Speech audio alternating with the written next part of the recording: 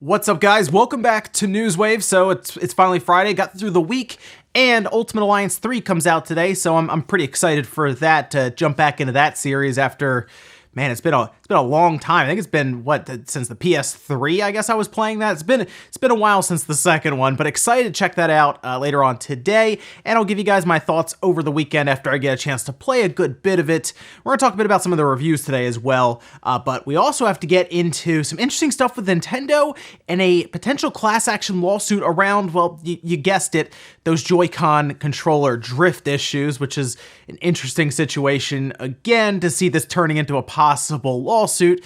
And we saw the NPD charts get revealed, and it looks like, well, go figure, the Switch is at the top, and you could probably guess the other game at the top as well. But we do have a problem with the Xbox sales after Microsoft released those numbers. So we're going to check all of that out and more today, guys. As always, if you enjoy these videos, make sure to hit the like button. It does help out. We're going to start today with Gamescom.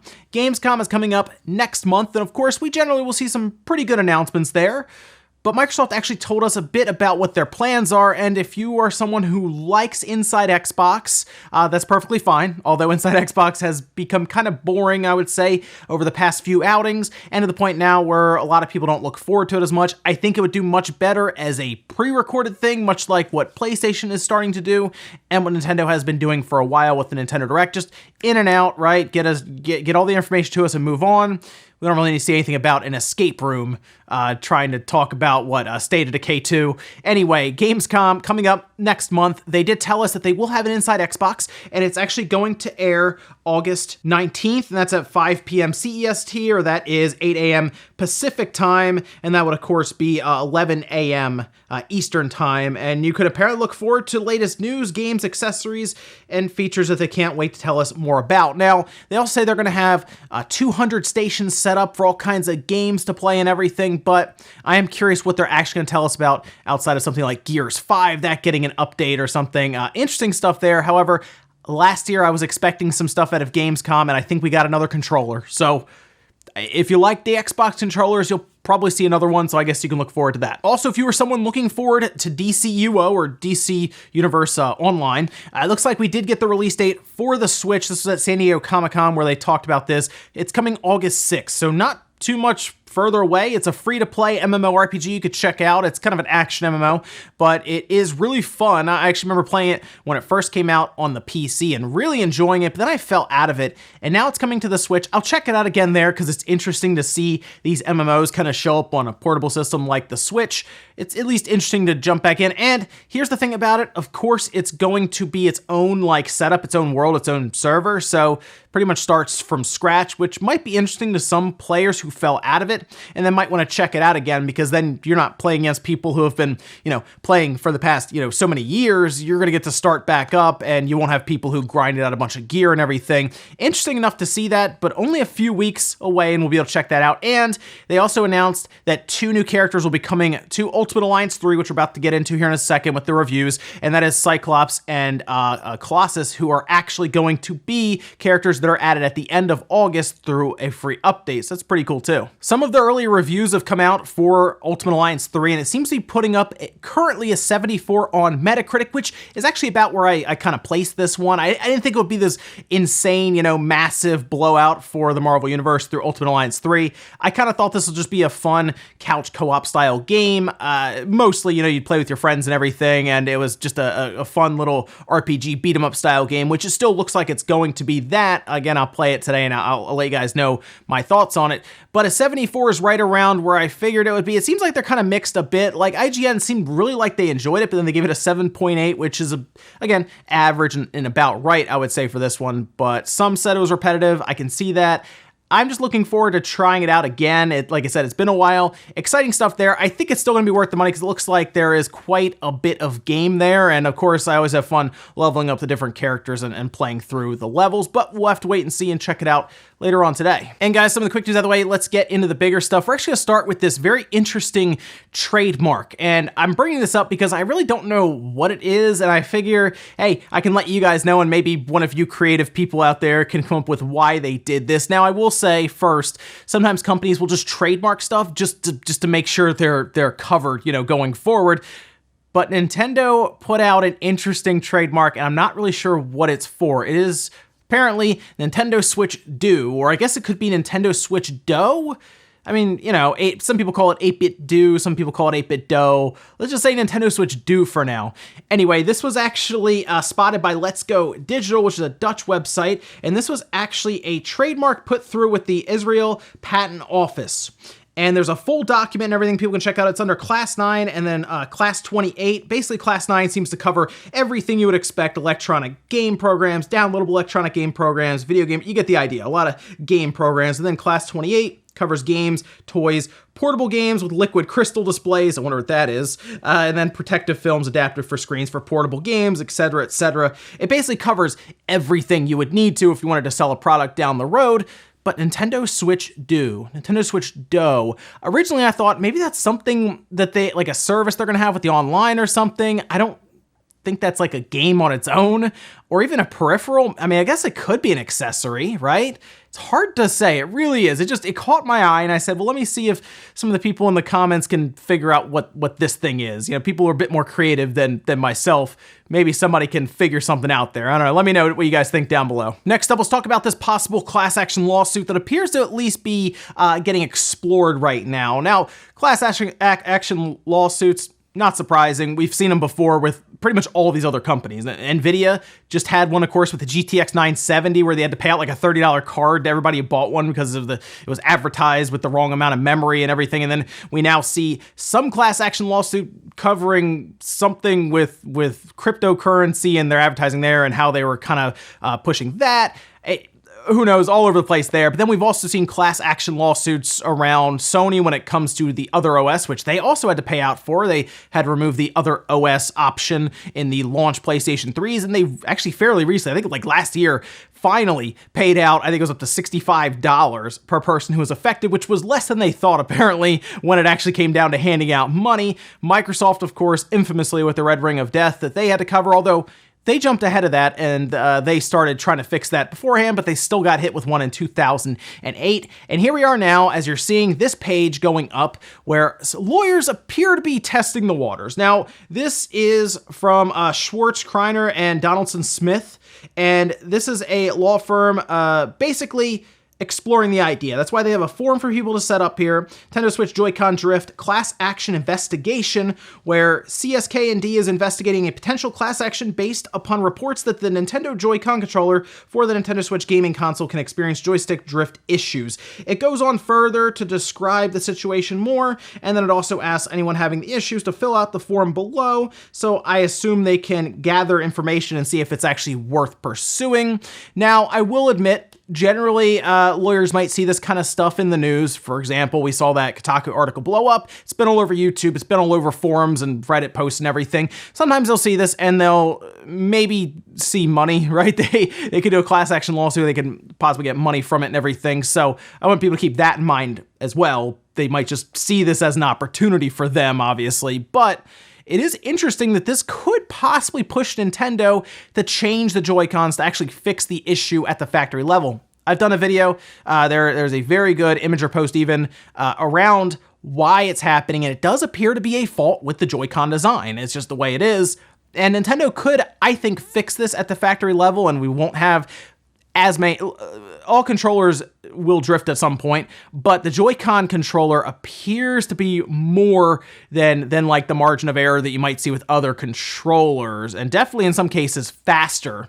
So I think it is a legitimate issue that Nintendo needs to figure out, and I hope that the reason we had not seen new Joy-Con controllers in a long time, right?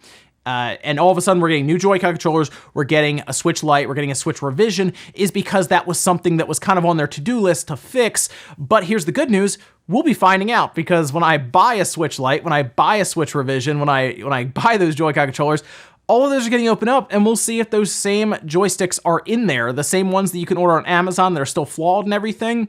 We'll see if they're still in there. And if they are, then we might have an issue. I'm hoping Nintendo has addressed this, but hey, if they haven't, there apparently is a class action lawsuit that you can go fill out and become a part of, and maybe it'll actually go to court. I don't know. A lot of times these investigations happen and then it never actually actually turns into anything, but I guess you never know. Next up, let's talk about Microsoft and the Xbox, because they did put out financial information around gaming, and Microsoft is so weird about this. They don't really want to talk about how many Xboxes are out there at any time, whereas Nintendo will tell us the exact amount of Switch units, almost down to the unit, and then Sony will do the same thing for the PlayStation. However, those two companies right now have something to brag about with either system doing well, whereas Microsoft isn't doing as well. However, they put out more information than I thought they would, to be honest, around the Xbox. With this slide here, when they put out their financials, their cloud technology is doing very well for them. They're making a ton of money right now from that.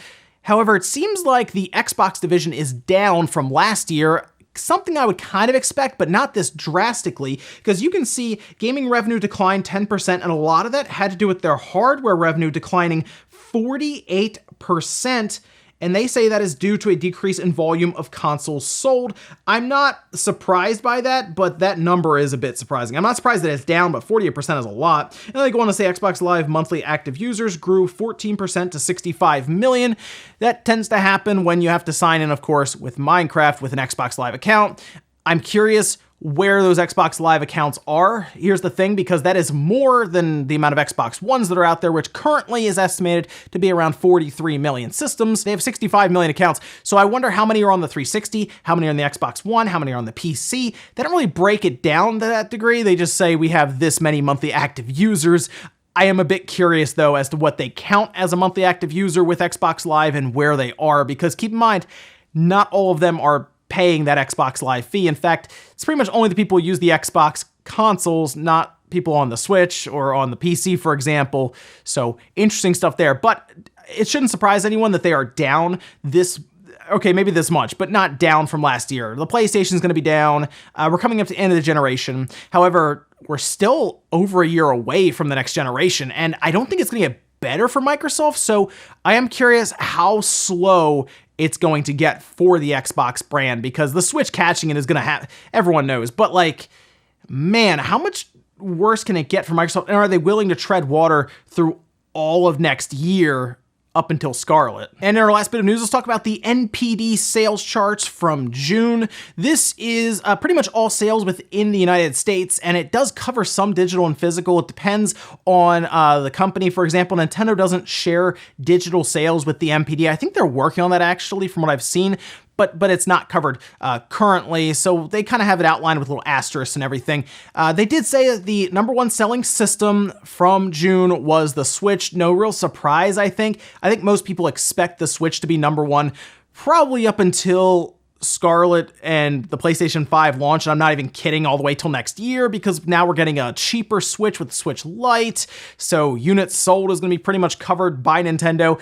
And then we're going to take a look at the top 10 here in terms of games, and you guessed it, it's Super Mario Maker 2 at the top. Those are all physical sales, no digital included. Crash Team Racing, Nitro Fueled at number 2, great game, by the way, people should check that out. Mortal Kombat 11 continues to be the best-selling game of the year so far in 2019 at number 3. Grand Theft Auto 5, which surprises me every time I see it there, because that means people are still buying that game somehow. Then Minecraft at number 5, Super Smash Bros. Ultimate at 6, Marvel's Spider-Man, which I believe, as most of us expect, got a bump because of the new movie, is cool to see there at number 7, NBA 2K19 at 8, Mario Kart 8 at 9, and then Days Gone at number 10. Now, overall sales from this time last year, they are down, and I don't think that's surprising. It's down about 13% or so. I don't think that's surprising to see that, considering, again, the generation's coming to an end. Most people who have bought a system, like most people have probably bought a PS4 or an Xbox One and made their decision at this point, and no one's really rushing out to pick that up. The Switch really being at the top, I think, says a lot, especially when Mario Maker 2 does so well just on physical sales and is at the top. I think Mario Maker 2 is probably going to be around that top 5, probably for the next few months, as well, as that seems to be one of those default purchases with the Switch, right? Like, you get the Switch, you get Mario Maker 2, maybe you get Mario Odyssey or Zelda or a Smash, but like, I think Mario Maker 2 is going to be one of those titles that probably cruises by 10 million copies sold overall pretty easily. I don't think it's gonna be difficult at all. And that's gonna be one that sticks around probably for the rest of this generation as what they call an evergreen title. So interesting stuff there to see that one really blow it out of the water there. The Switch again at the top. It's gonna be more interesting, I think, at this point when we get to the next generation, because of this, at this point, it's gonna be the Switch on cruise control pretty much until holiday 2020. And even then, if you have a Switch Lite at $200, and obviously the other systems are $500, you're probably going to split it up to where the Switch maybe sold the most units, but then like the PlayStation 5 had the most dollar amount, right? Like it sold the most in terms of revenue and dollar sales, but didn't sell necessarily the most units. So it's going to be interesting. The NPDs are going to be all over the place, I would say, in like a year and a half when we hit holiday 2020. And we'll finish up with the comment of the day as you're seeing here. This one's from Geo saying, Nintendo should just have a place on their website where you can select the colors you want for the Joy-Cons. I think more Joy-Cons would be sold this way. That would be a great idea, actually, because at this time, I can only get a left purple Joy-Con when it comes out at the beginning of October, whereas if they had something like Microsoft, which, again, we make fun of how many controllers they have that really cool thing called the Design Lab, where you can go in, you have your Xbox controller in front of you, and you basically click, and you'll change colors on the sticks, on the buttons, on the actual facing of it, and then they'll customize it and send it out to you. Now, Nintendo could do that, I think, with the Joy-Con controllers, and they've done something like this in Japan where you choose, okay, I want a blue one on the left and then I want a red one on the right or something. You know, you can play around with that and then they'll ship you that bundle with your Switch, but you're not changing out for all kinds of crazy colors or anything. And there might be a reason for that when it comes to Nintendo, as they like to release things as almost collector's items when it comes to these, right? But I would like something like a Design Lab for the Joy-Con controllers. I think that would sell really well. I think people would honestly build up some crazy collections of Joy-Cons, more so than now.